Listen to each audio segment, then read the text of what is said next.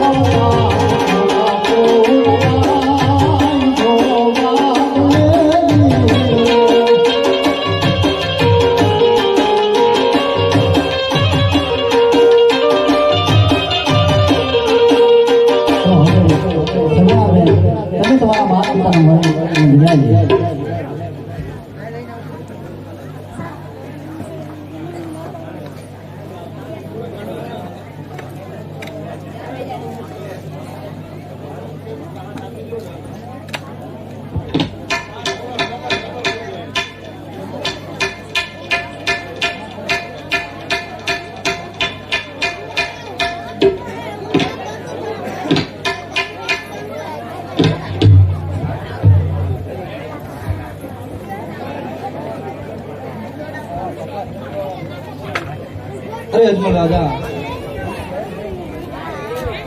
તમારે સંતાનમાં કેટલા દીકરા છે અને કેટલી દીકરીઓ છે? અરે હા બઢિયા રાજા, મારે સવાસેર માટેની ખોટ છે. મારે લાસા લક્ષ્મી સગુણા 3 દીકરી છે અને મારે સવાસેર માટેની ખોટ છે અને હું પેટનો વાંઝ્યો છું. અરે અજમલ રાજા, તો ચોરીની અંદર જવતર હોમાઈ કોણ હતું? અરે હા બઢિયા રાજા, એ પ્રધાનજી હતા. અરે ધિક્કાર છે તમને, અરે ધિક્કાર છે તારા તુમરા કુળના વંશને કે તારા ગયા પછી આ રાજ સંભાળનાર કોઈ નથી. અરે હું કવિ કાન ખોલીને સાંભળી લે. આજે પોકરણ ગઢના રાજા જમાલ વાંઝિયા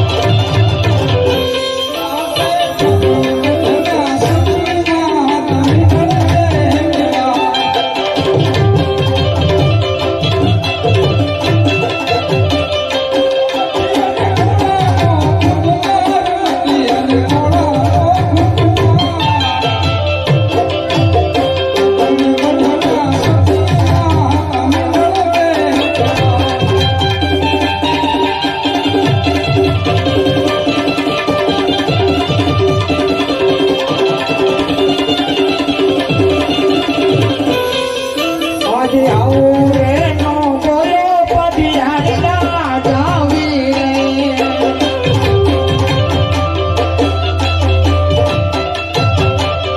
કે કાલે થશે ભોળાનો ખેલનાર કાલે થશે આંગણીએ રમનાર માટે આવું રે નો બોલો પઢિયાર ના જાવી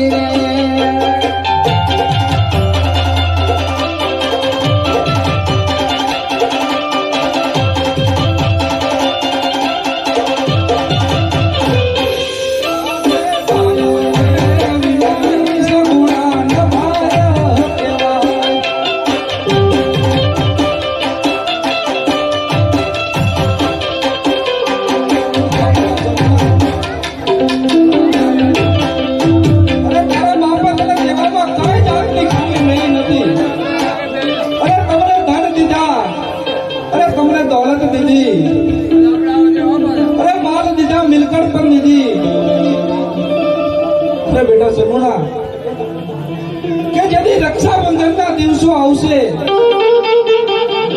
અને પોષી પૂનમના દિવસો આવશે તમારી બહેનપણીઓ પોતપોતાના ભાઈને રાખડી બાંધવા જશે તેથી તમે રાખડી બાંધવા કોને જશો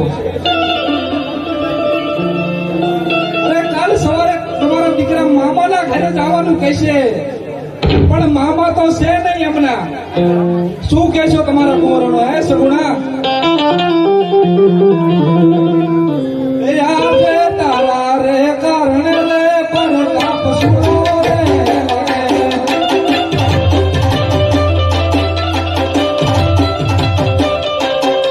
મારા પિંગલ ગઢારા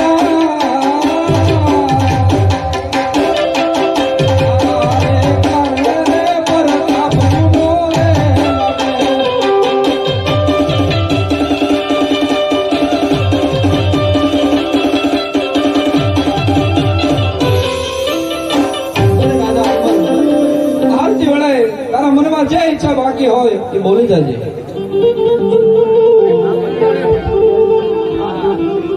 અરે હા પઢિયા રાજા, એક વાર મારા ઘરનું જમતા જા.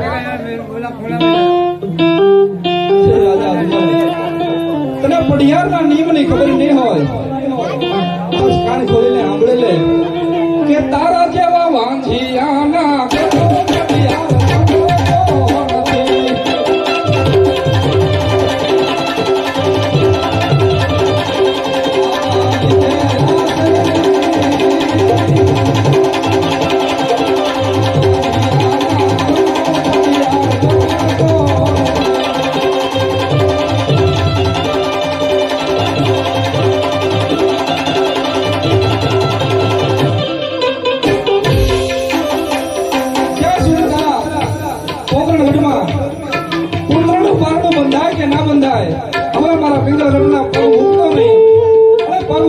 તમારી સુવારી સંસારથી તારું ઘરથી મસ્તક જુદા કરતા વાર નહીં લાગે.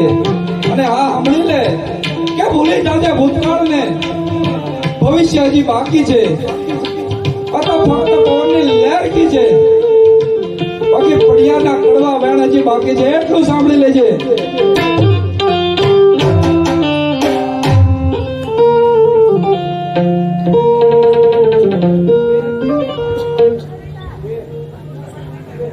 તો બેટા શિકોણા રાજા પઢિયાર ના બોલ્યા, કોઈ દુઃખ ન લગાડતા મારા બાપ. દીકરી હું જાણું છું બેટા કે આજે ભાઈ વગરની બહેન સાસરીએ જઈ રહી છે મારા બાપ. સાસરીએ જઈશ તો તમારા સાસુ જેઠાણી નણંદ તમને નભાઈ કહીને બોલાવશે બેટા, એ પણ જાણું છું મારા બાપ.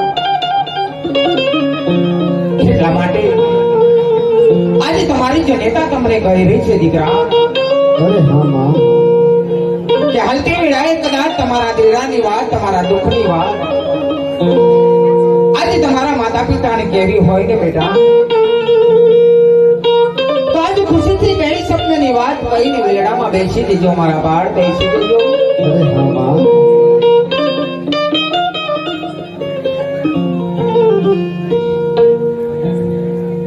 એવું દીકરી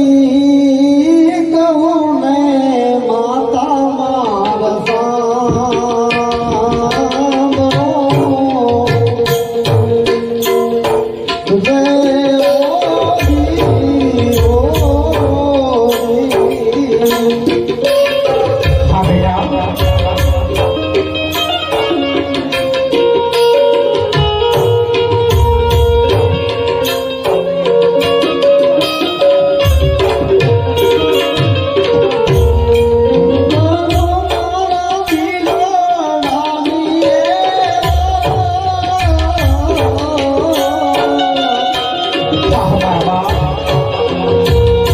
એવું દીકરો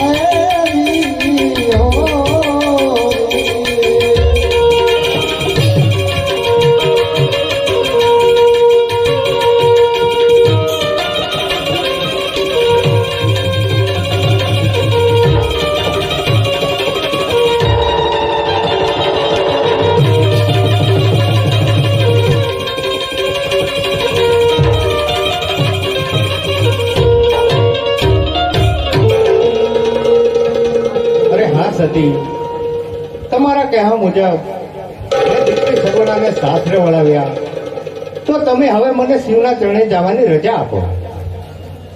મારા નાથ, આજે તમે મારું કેવું કાર્ય પરિપૂર્ણ કર્યું છે મારા નાથ.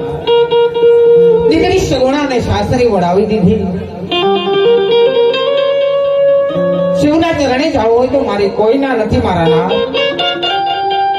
પણ વનમાં જશો, આ માથાના મુગટ તમને શોભશે નહીં મારા નાથ. આપણી રયત ભલે આપણને વાંચ્યા મેળા કહીને બોલાવતી હોય મારા નાથ, પણ તમે તો પ્રજાના પાલનહાર છો. તમે સમજો છો મારા નાથ. એટલા માટે તમારા ગયા પછી રાજપાટ કોણ સંભાળશે? આજ માથાના મુગટ મને સોંપી, રાજનો કારભાર પ્રજાને સોંપી તમે ખુશીથી શિવના ચરણે જઈ શકો છો મારા નાથ. ખુશીથી હે આજે માથાના મુગટ સતી મારા